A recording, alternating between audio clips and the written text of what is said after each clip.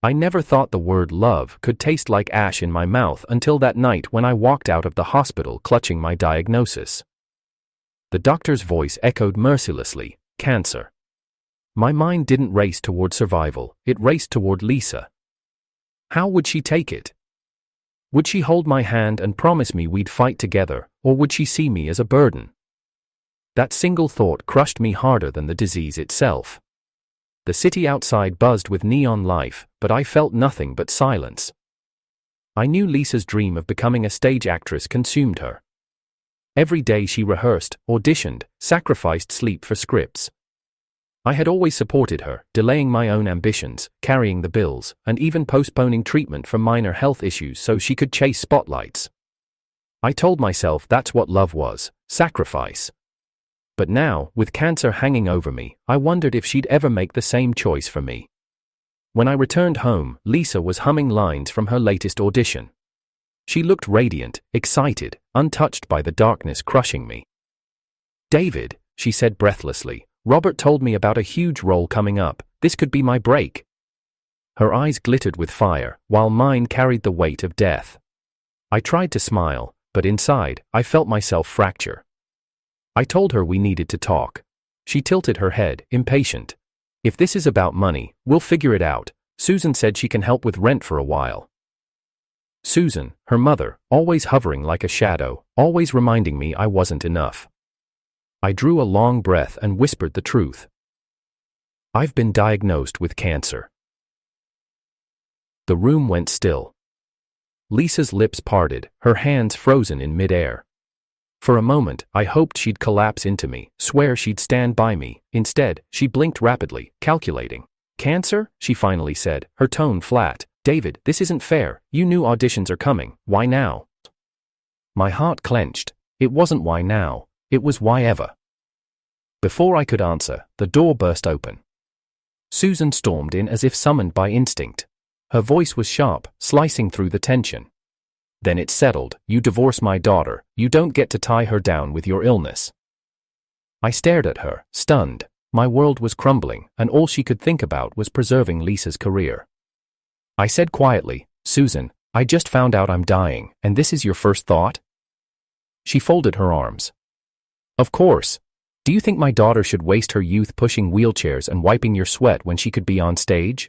That's not love, that's chains." Lisa looked between us, her eyes brimming with tears, but they weren't for me, they were for herself.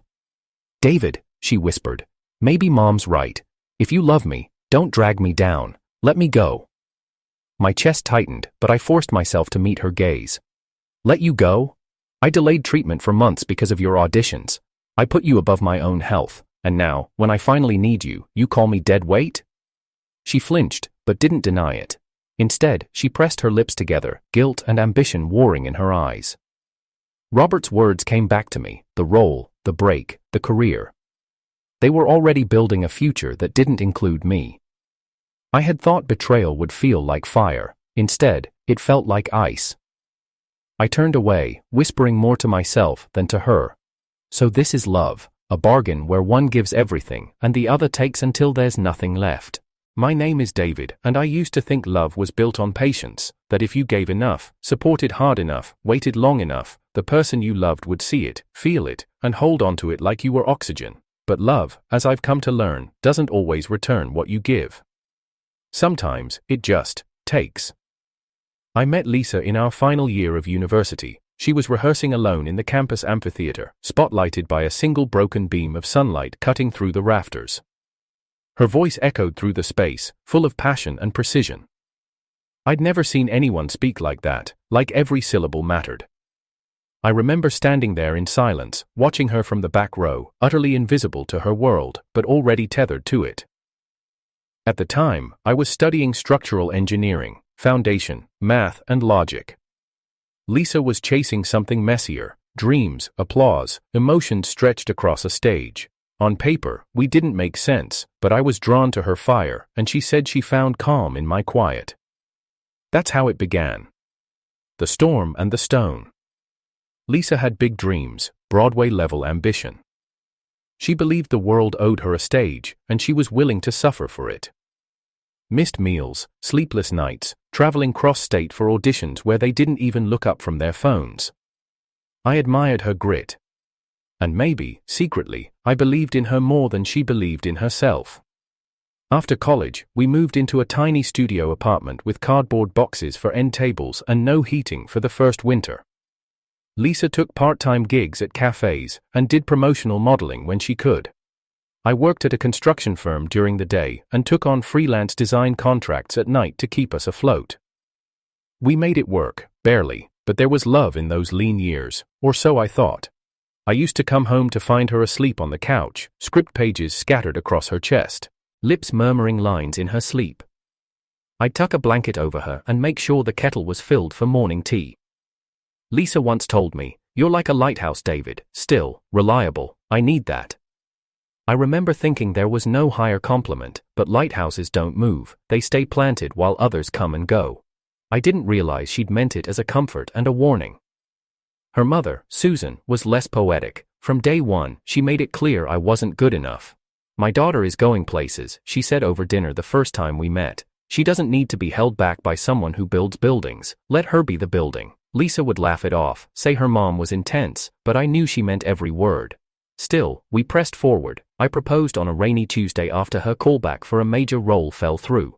I thought maybe a win at home would ease the pain of rejection. She said yes, and we celebrated with takeout and bad TV reruns. We couldn't afford a ring at the time, but I promised I'd make up for it. She said, "You showing up every day is worth more than any diamond." I believed her. We got married in a small ceremony at a local event hall. No fancy dress, no groom's party, just 20 people and a playlist of songs she liked. Susan wasn't thrilled, but Lisa smiled for the photos. I clung to that smile like a lifeline. After the wedding, Lisa doubled down on auditions. I picked up more shifts to cover expenses, makeup, headshots, weekend flights to out-of-town casting calls. "This role could change everything," she'd say again and again. And I'd nod, again and again. At first, I chalked up her absence to the hustle. When she started staying out later, I reminded myself that acting meant long rehearsals and networking dinners. When she forgot my birthday 2 years in a row, I told myself she was stressed. When I began waking up alone 3 nights a week, I told myself I trusted her, and I did. But something changed slowly. Not all at once like in movies. First, she stopped asking about my day, then she stopped waiting for me to ask about hers. We coexisted. Like roommates with different schedules. It wasn't always cold. There were moments, fleeting, delicate moments, where she'd lay her head on my shoulder and ask if I thought she'd make it, and I always said yes. Not because I had to, because I truly believed she would. But the auditions started breaking her. Each rejection chipped something away, the sparkle faded, the tone shifted, and Susan's voice grew louder, more venomous. "You're wasting your prime," she'd tell Lisa on speakerphone, not even caring if I heard. "When are you going to wake up and realize he's just a placeholder?" I'd be lying if I said I didn't feel the shift, but I clung to hope, to history, to the nights we spent in each other's arms before the world told us who we had to be. Then came the stomach cramps, the fatigue, the missed meals I couldn't blame on auditions. I made an appointment, Lisa was too busy to go. With me, I didn't push, I told her I'd be fine. The diagnosis was clinical, cold, and final. Stage 3 cancer, treatable maybe, if we acted immediately, but immediate meant time off work, it meant fewer contracts, less money, fewer flights for Lisa, fewer auditions. So I delayed, just a little, a week, then 2, then a month, also she wouldn't have to skip the big casting call Robert told her about. This role could change her life, he'd said. I wanted her to have that life, even if it meant shortening mine. I told myself I'd wait until her audition season passed, then begin treatment. I pushed through the pain, smiled when she came home, kept up the charade. Until it all became too much. That's when I told her. Sat her down on our faded gray couch, held her hands, and said, "I have cancer." Her silence was deafening. Not shock, not fear, not grief, just silence. Then came the words. "David, why didn't you tell me sooner?" "I didn't want to distract you from your dreams." She blinked. "But you already have." That was the moment. The exact second I realized the woman sitting in front of me, the woman I'd bled for, starved for, bent over backwards for, didn't see me as a partner. She saw me as ballast. Susan confirmed it hours later. You think you're noble? What you are is dead weight. Lisa didn't correct her. She didn't even flinch. When Lisa slid the divorce papers onto our dining table, I didn't touch them. I didn't even flinch. The papers lay between us like a blade waiting to be picked up. Her face was unreadable, not a flicker of hesitation in her eyes. No guilt, no sadness, just resolve. I think this is for the best, she said calmly, like she was talking about replacing a sofa, not ending a marriage. You need to focus on getting better. And I need space.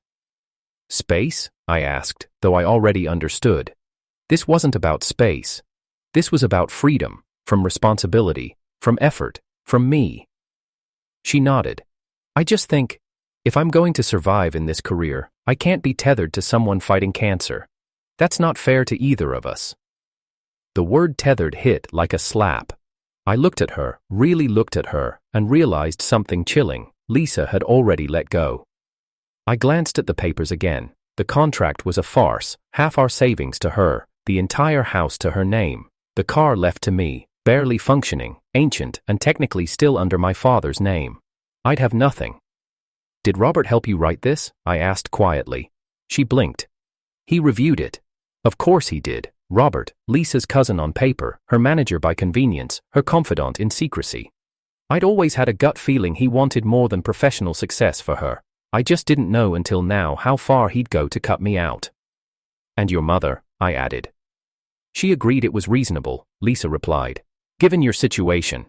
My situation, I repeated, bitterness coating my tongue. You mean the cancer you never bothered to ask details about? Her jaw tightened. Don't make this ugly, David. We both know how this ends. No, Lisa, I said, voice steady. You decided how this ends. Just then, the front door opened. Susan walked in like she owned the place, as if this was her courtroom. Without even greeting me, He turned to her daughter. Did he sign? Not yet, Lisa said. Susan narrowed her eyes at me, then scoffed. What are you waiting for? A miracle? A pity party? We're giving you a clean exit. Don't make it harder than it has to be. I leaned back in the chair. You really think I'm going to sign away everything without a word? Susan laughed.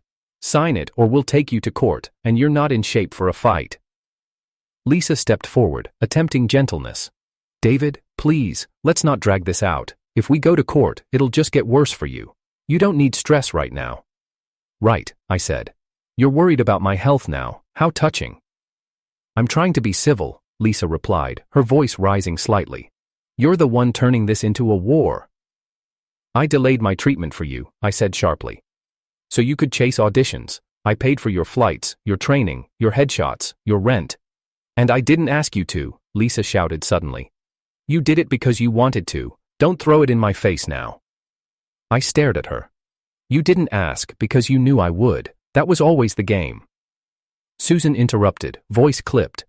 David, if you loved her, you'd let her live her life, not tie her to a sinking ship. She married the ship, I snapped. She doesn't get to pretend she bought a yacht. Lisa looked away. I'm not the villain here, I'm just being realistic. Realistic, that word, the excuse of cowards and opportunists. I stood up slowly. You want realism? Fine, let me show you what that looks like. I walked into the study, pulled out a folder from the drawer, and came back. Here's a copy of my treatment estimate. Here's the payment plan. Here's what I was going to do before you handed me a contract that strips me of everything.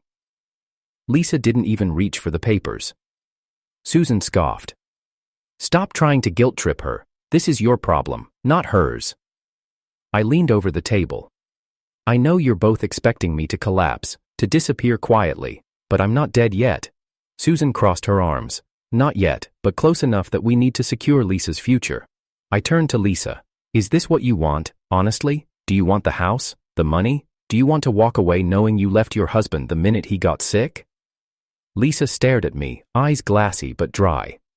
I want to live, David. I don't want to spend the next few years wiping sweat off your forehead and crying myself to sleep wondering if you'll make it. I want a life that's mine. The silence afterward was deafening. I nodded slowly. And now I know where we stand. Susan stepped beside Lisa. We'll give you until the end of the week to sign. After that, we move forward with legal counsel. I'll talk to my lawyer, I said, not missing the flicker of surprise on Lisa's face. You have a lawyer? She asked. Did you think you were the only one preparing? I replied. I may be sick, but I'm not stupid. Susan bristled. Don't act like you're a victim, you're just trying to drag her down with you. I laughed, hollow and sharp. You're the ones dragging everything. I carried this marriage for years. I gave, and now, when I need a little grace in return, you call me dead weight. Lisa didn't deny it. She just walked to the kitchen and poured herself a glass of water with trembling hands. Robert called later that night. I didn't answer. The next morning, I received a message from my HR department. Someone had called anonymously and told them I was seriously ill and considering early leave. My company offered medical support and optional unpaid time off. It was a thoughtful gesture, but it wasn't from my employer's heart. It was sabotage. I knew exactly who made that call, and I had a sinking feeling that this was only the beginning. The phone buzzed again. Another message, this one from Lisa.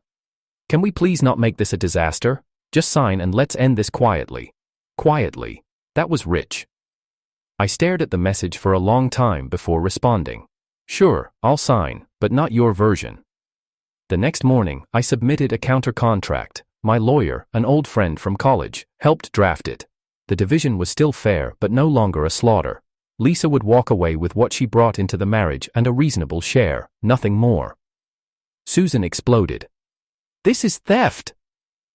Lisa was quieter this time. You really want to fight this?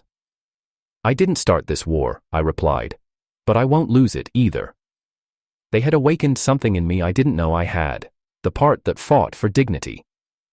That night, I sat alone, rereading every message Lisa had sent over the past few months. So many excuses, so many deflections, so many missed calls and ignored appointments. I was never part of her plan. I was just the support beam, useful until she no longer needed the structure. Now, she wanted to demolish the foundation and take the building with her. When I was younger, I used to think pain had to be physical, that if something didn't bleed, bruise, or break, it couldn't be real. But as I sat in the empty living room, papers spread across the table, my chest hollow, I learned a different truth. Emotional pain is slower. It seeps into you in silence and drowns you without ever making a sound. I stared at the blank spot on the wall where Lisa's framed audition poster used to hang. She had taken it with her when she left 2 days ago, as if that piece of paper held more meaning than everything we had built in this apartment. She didn't take her toothbrush, she didn't take the sweater I always found her curled up in. But that poster, she packed it like it was sacred. I tried to remember the last time we laughed, not chuckled, not exhaled through our noses. I mean really laughed. The kind of laugh that fills a room, the kind you feel in your ribs. It must have been years ago, before auditions, before resentment, before I became an obstacle instead of a partner. I knew I should be focusing on treatment. Every hour I delayed made the tumor's chances of surviving higher than mine. But every time I picked up the phone to call the hospital, I stopped myself. Some part of me still wondered if Lisa would come back, not for the marriage, but at least as a human being.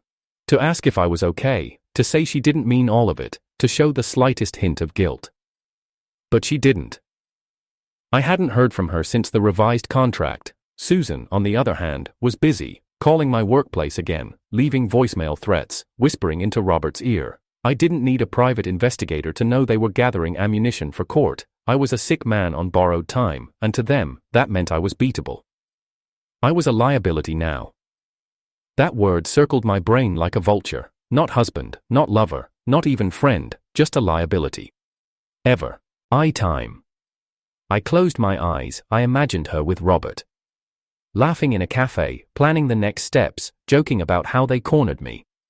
I tried to shut those visions out, but they wormed their way in like poison. I wasn't just sick, I was humiliated. I wasn't just abandoned, I was stripped bare. And yet, I missed her. That was the worst part. Even after everything, I missed her. I missed the way she used to hold a coffee cup with both hands. The way she'd curl up in a ball when she was cold. I missed her half-distracted kisses in the morning, her humming from the shower, her messy hair when she forgot to set an alarm. But I didn't miss the woman who threw contracts in my face. I didn't miss the woman who said my cancer was inconvenient. I didn't miss the one who looked at me like a ticking bomb. The Lisa I missed didn't exist anymore, maybe she never did. I didn't tell my parents the full story, just that Lisa and I were taking time apart. My mother knew I was lying. She always had that sixth sense about my pain. She brought soup, left it outside the door, and didn't ask questions. I couldn't bring myself to tell her that the girl she welcomed like a daughter now wanted to erase me for equity. At night, I lay on the couch staring at the ceiling. It was the same spot Lisa and I used to cuddle under, binge-watching old thrillers. The same ceiling that heard our whispered dreams and stupid inside jokes. Now, it just echoed back my silence. I was afraid. Not just of dying, that fear was constant but numb. I was afraid of dying alone, with no one who truly knew me left. Afraid that everything I gave, everything I sacrificed, would vanish without legacy or gratitude. And I was angry. Not in bursts, in waves, quiet, consuming anger, the kind that hums beneath the skin. I had given so much, and not for glory. I never needed public praise or poetic love letters.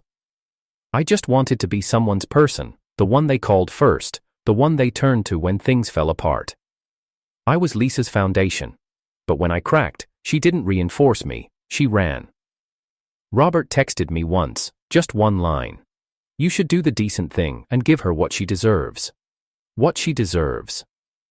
I almost laughed. Deserve. She deserved a home, security, comfort, but at what cost? My dignity, my health, my soul. I deleted the message without replying. The hospital had sent 2 appointment reminders. I ignored both, not out of surrender, but because I was suspended in a state of emotional paralysis. How do you fight for your life when the person you lived for just labeled you expendable? Susan left a voicemail that night. Her voice was more composed, but the venom remained. David, just think about the future. You're not going to get better, so why make this harder than it has to be? Let Lisa move on. Let yourself move on. Sign the contract. End this with some dignity. Dignity, that word again, as if surrendering everything to the woman who gutted my life was dignified. The silence in my apartment was constant now. Deafening. Only the hum of the refrigerator and the soft tick of the wall clock reminded me I was still here. I thought about calling Lisa, not to beg, not to argue, but just to ask one question. Why didn't you fight for me, even once? But I already knew the answer, because she didn't see me as someone worth fighting for. That raw realization hit harder than the diagnosis. I didn't cry. I hadn't cried since the hospital, not when she handed me the papers, not when Susan threatened court, not even when I saw the divorce contract tucked into an envelope labeled exit strategy. But now, I did. Not loud, not messy, just quiet tears running down my cheeks as I sat on the floor of my own apartment, knees pulled to my chest, back against the cold wall. I wept not for Lisa, or for what we lost. I wept for the version of myself that still believed love was unconditional. 4 days after Lisa left, I received a call from the hospital, not for me, but for her. Mr. David, the receptionist said hesitantly, Lisa hasn't picked up her medical test results. Since you were listed as her emergency contact when the joint checkup was done, we just wanted to inform someone. I froze. I had completely forgotten that we had gone for routine tests together weeks ago, back when things hadn't exploded yet, back when I still thought we had a future. What kind of results? I asked. There was a pause. We can't disclose anything by phone due to policy, but it's important. Would you be able to collect the report and inform her? I ended the call with a strange feeling in my chest, something between dread and curiosity. I drove straight to the hospital. The envelope was sealed, her name printed in black letters across the top. For a long time, I didn't open it. I sat in the hospital parking lot, just staring at it. What if she was sick too? I opened it. My breath caught. Early signs, stomach cancer, recommendation, immediate follow-up. Further testing advised. Condition potentially treatable, if addressed quickly. I leaned back in my seat, stunned. The silence around me cracked into fragments. All the arguments, all the threats, the contracts, the manipulation. And all that time, she didn't know. She had walked away from me without knowing that her own body was failing. I didn't know whether to feel pity or rage. I drove home, still holding the report. My mind wouldn't stop racing. Was this karma? Was this justice? Or was it just life, cruel and unbalanced? I spent the night pacing. At dawn, I made my decision. The next morning, I placed the envelope in another, wrote her name neatly across the front, and mailed it to the address she had moved to. No message, no accusation, no threat, just the truth, quietly returned. It would have ended there. But it did. Nent. 3 days later, I opened the door and found Susan on my porch, not shouting, not smug. She looked shaken. "You knew," she whispered. "Didn't you?" I didn't answer. "You knew, and you didn't tell her," she said again, louder this time. I gestured to the envelope clutched in her hand. She had weeks to pick that up. I only found out 3 days ago. Susan's eyes blazed. "You let her walk away knowing this? You didn't tell her in person? You mailed it like it was a bill?" I took a step forward. "You stood in my home and told me to divorce her. Called me a liability. You both shoved paperwork in my face and tried to wipe me out legally. And now that the tables have turned, I'm supposed to drop everything and act like none of that happened?" She stared at me for a long moment, then she said something I didn't expect. "She hasn't told Robert." That stopped me cold. "What?" "She hasn't told him about the results. He doesn't know. She's scared." I shook my head. Robert wasn't scared when he encouraged her to gut me in court. He wasn't scared when he started manipulating her career. Now, he doesn't get to play the innocent. Susan lowered her voice. "She hasn't seen a doctor. She's in denial. She's pretending the report is a mistake. That's not my problem anymore. She's your wife. Not anymore." "You loved her." "I did," I said. "And when I thought she was the one dying, I was ready to sell everything to save her. But when the roles reversed, she looked me in the eyes and said I was dragging her down. So no, I'm not playing savior now." Susan hesitated, then said softly, "She's getting worse." I stared at her. "Then take her to the hospital. That's what mothers do." Susan opened her mouth but couldn't find words. She turned and walked away. That night, I received a message from Lisa. "I got the report. I'm sorry." I stared at the screen for a long time. I didn't reply. The next day, she called. I let it ring. An hour later, she came to the apartment. When I opened the door, I didn't recognize her. Not because she looked sick, but because she looked small. Her energy, once bold and commanding, had been hollowed out. "I just wanted to talk," she said. "Talking is usually what people do before they ruin someone. You skipped that step." She didn't react, just stepped inside and looked around like it was a museum she used to love. "I didn't know," she said quietly, "about the results." "I know." She looked at me.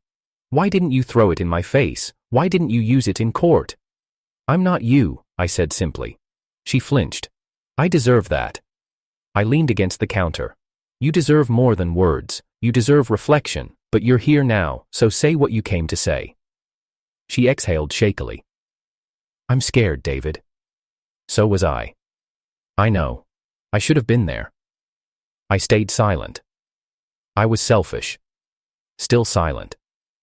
She took a step closer. "Do you think it's too late?" "For what?"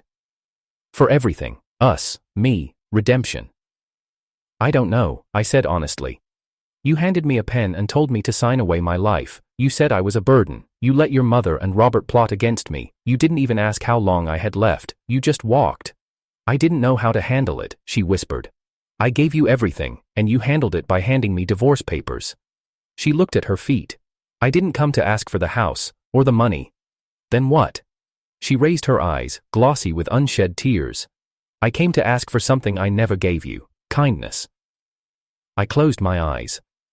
That was the twist I didn't see coming. She wasn't here to fight anymore. She was here to surrender. To the illness, to the guilt, to the weight of her own choices. And suddenly, I wasn't angry. I was exhausted. Because the truth was, I still remembered the girl in the amphitheater, the one with fire in her voice and dreams in her eyes, and maybe part of me always would, but that girl had vanished long ago. "You're not the same person," I said. She nodded. "Neither are you." I studied her face, thinner now, paler, marked by fear. "You should start treatment." "I will," she said, "but not because of you." I raised an eyebrow. "I mean that in a good way," she clarified. "Not because I'm chasing your forgiveness or trying to fix things, but because I want to live, even if it's alone. I nodded slowly. Good. She turned to leave, then paused. David? Yes? Thank you for not using the report against me, for still being better than me. I didn't do it for you. I know. She walked out the door. And this time, she didn't take anything with her. 2 weeks passed. I didn't hear from Lisa again. The silence wasn't peaceful, it was loaded, the kind of silence that comes before a storm breaks a city. The court date for the property division arrived. I dressed in a plain black suit and didn't bring anyone with me. Susan sat on the bench across the aisle, staring at me like I was the devil himself. Lisa sat beside her, thinner now, paler, but her posture still proud. Robert stood behind them, arms folded, dressed like a lawyer, though he wasn't one. I didn't look at them again. The judge arrived, the courtroom quieted, the air felt like it was holding its breath. The trial began, each lawyer stating their position. Mine, fair division of marital assets, no more, no less. Theirs, emotional distress, Lisa's health, and a desperate plea to reconsider the terms. Lisa's attorney submitted new documents, a claim that the house, though purchased before marriage, had been emotionally invested in by Lisa. The argument was shaky at best, but it was designed to muddy the waters. I stayed silent as my lawyer refuted it calmly, with receipts, dates, and deposit histories.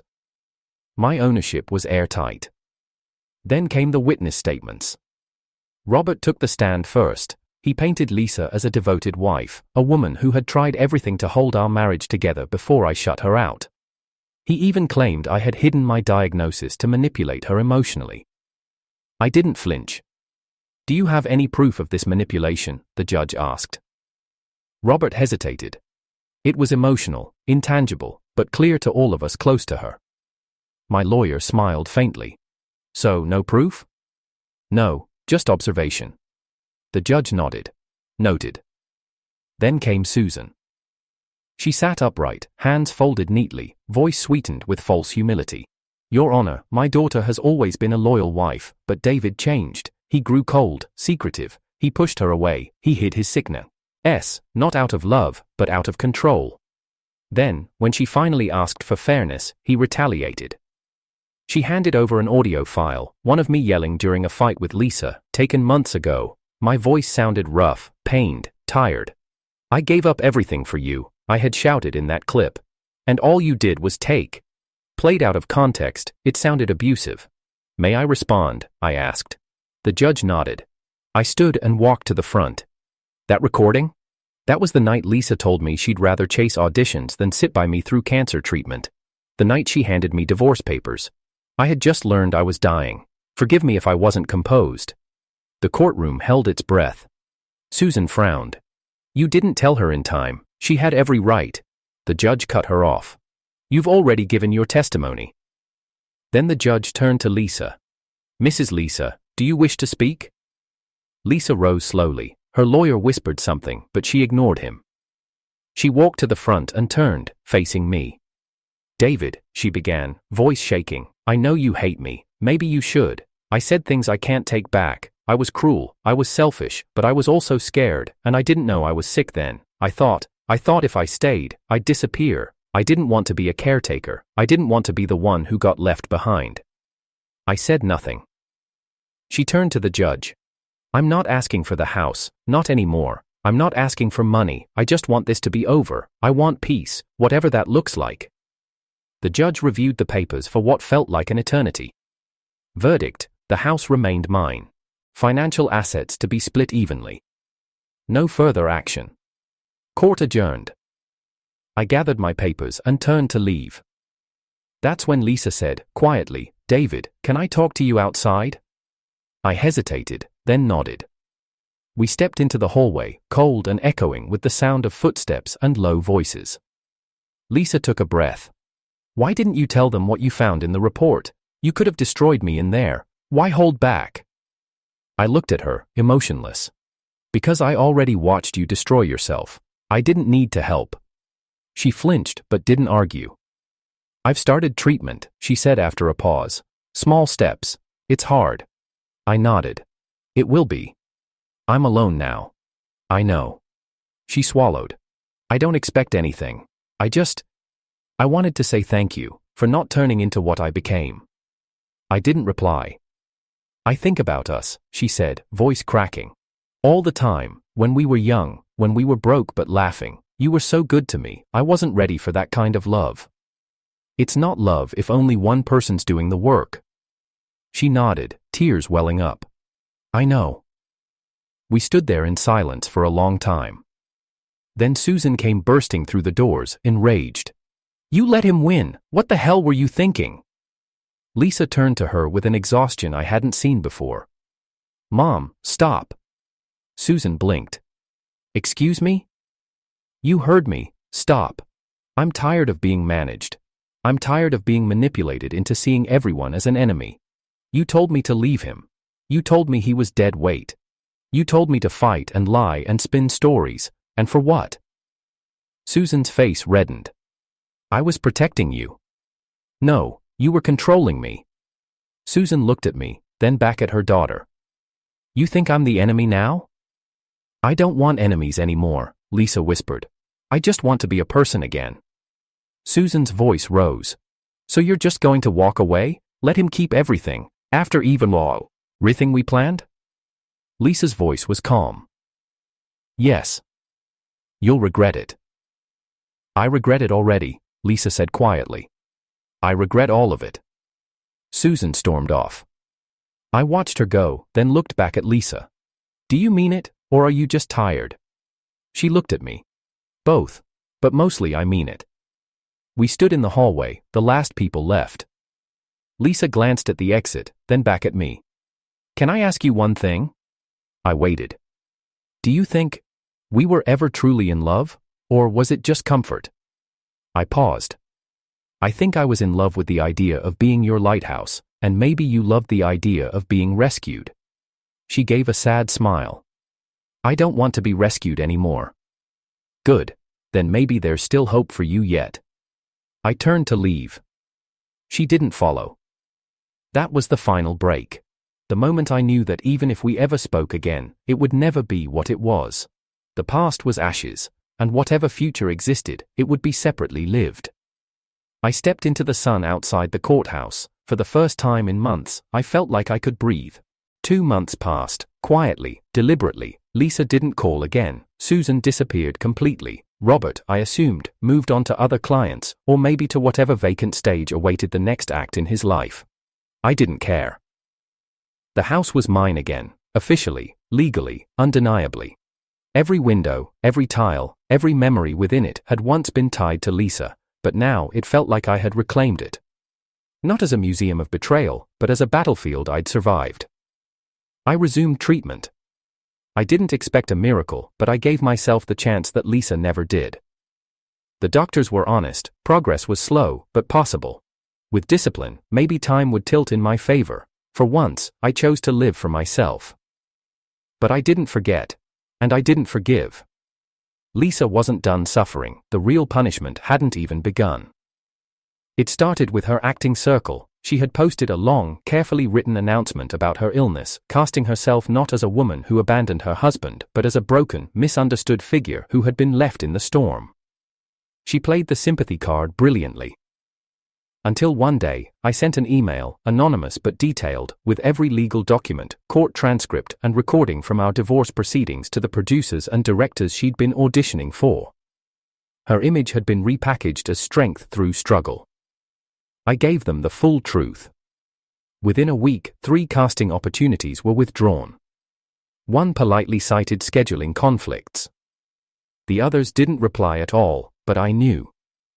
Her reputation was built on curated fiction. All I did was reintroduce fact. That wasn't revenge, that was equilibrium. The bigger blow came through a conversation I initiated quietly with a woman named Clara, the assistant producer of the indie film Lisa had fought for years to land. Clara had seen Lisa perform, liked her, respected her hustle, but I wanted her to understand the cost others had paid to fund that hustle. I gave her one story, just one. The night Lisa handed me divorce papers the same hour I told her I had cancer. Clara listened, then she forwarded the email to her legal team. Lisa was dropped from the film within 48 hours. Susan tried to do damage control. She posted about slander, about a toxic ex trying to ruin a woman's success because he couldn't handle rejection. The post went viral for all the wrong reasons. Because one of Lisa's former theater coaches, a woman in her 50s with nothing to lose, replied publicly.